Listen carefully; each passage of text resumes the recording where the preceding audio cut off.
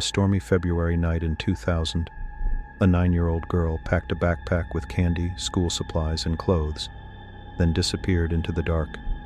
Her name was Asha Degree, and more than 2 decades later, what drove her into the night and what happened to her after remains one of the most haunting mysteries in modern American history. Asha lived in Shelby, North Carolina. She was a bright, well-loved 4th grader. Her family was tight-knit, protective, and religious. They didn't have a computer at home, didn't let their kids wander the streets, and made sure their children were always accounted for. On the night of February 13th, 2000, Asha went to bed in the room she shared with her brother. Nothing seemed unusual until her brother noticed her stirring around 2:30 in the morning. He thought she was just moving in her sleep. But sometime between then and dawn, Asha got out of bed, quietly dressed, picked up the backpack she'd packed earlier, and walked out of the house into the cold and pouring rain.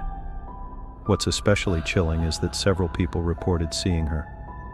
A young girl walking along North Carolina Highway 18 in the dead of night, in the pouring rain.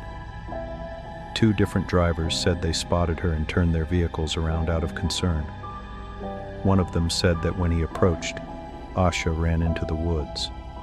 That was the last time anyone saw her. By morning, her parents found her bed empty. Panic set in. Within hours, search teams, dogs, and helicopters scoured the area. They found no signs of forced entry, no footprints in the mud near the house. It was as if she vanished into thin air. It wasn't until 18 months later that a major clue surfaced. Asha's backpack was discovered, but not by a road. It was found buried in a plastic bag, 26 miles away, in the woods of Burke County.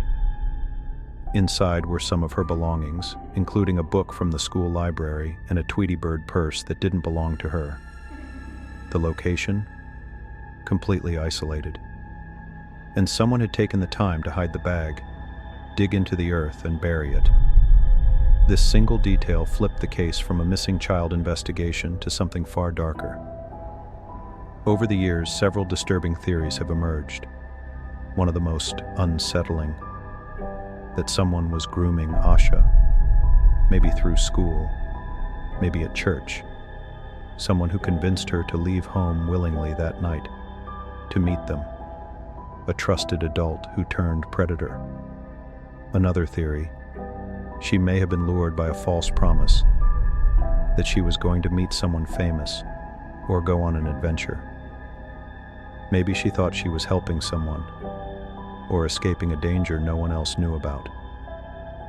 There's also a more sinister possibility, that someone abducted her after she ran away, that she wasn't alone for long, that she made it to the woods, only to be intercepted by a stranger, maybe the very person who buried her backpack.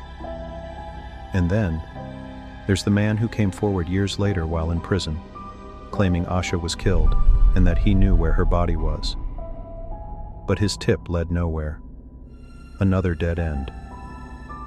What keeps this case alive in the minds of so many is how out of character it all was. Asha wasn't rebellious, she didn't have behavioral issues. She was a sheltered child, afraid of dogs even, and terrified of storms. Yet she walked alone for over a mile, in the dark, in the rain, on her own.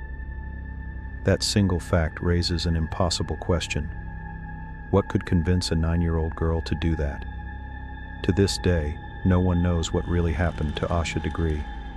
No confirmed sightings, no suspects, just a backpack in the dirt, and a void where answers should be.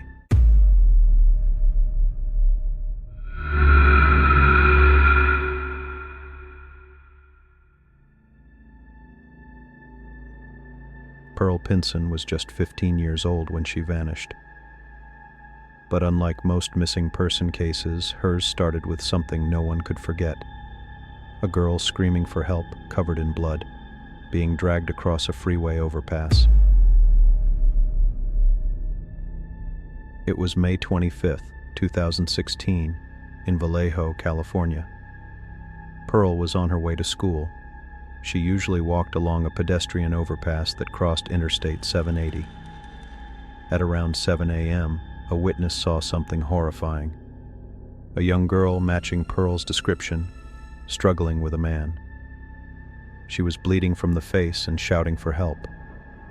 The man had a gun. He forced her into a green car and drove off. Police found blood on the overpass, later confirmed to be Pearl's.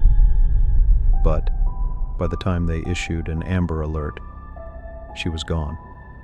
Just one day later, police got a break, but not the one they hoped for. The suspect, 19-year-old Fernando Castro, was spotted driving that same green Saturn. A wild police chase followed, ending in a shootout.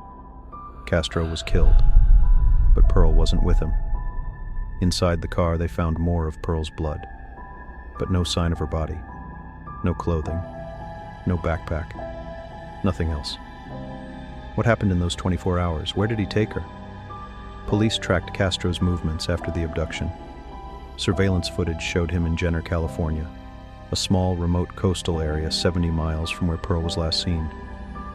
He was seen carrying a duffel bag, alone. That location is known for its cliffs, forests, and harsh terrain. It's also where the trail ends. To this day, Pearl's body has never been found. No confirmed sightings, no messages, just the sound of her screams echoing from a freeway and the cold silence that followed. Here's what makes it even more chilling. Castro didn't have a criminal record, no history of violence. But online, he was different.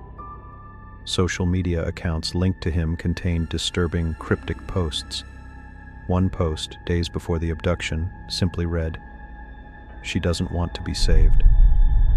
Another appeared to show weapons and fantasies of control. One disturbing theory is that he had been planning this, not randomly, but deliberately. That Pearl had been watched, stalked, and chosen. That he knew her routine, and that she was never supposed to survive. Another theory is that he didn't act alone, that someone else was involved, that someone else helped him, and may still be out there. Despite extensive searches of the forests, cliffs, and coastline, not a single confirmed trace of Pearl has been found. It's like she was swallowed by the earth. Years later, her family still leaves messages for her, hoping she's alive, or at least that she'll be brought home. Pearl Pinson's case is one of the most disturbing modern disappearances. A violent abduction, a dead suspect, and a trail that leads to nowhere.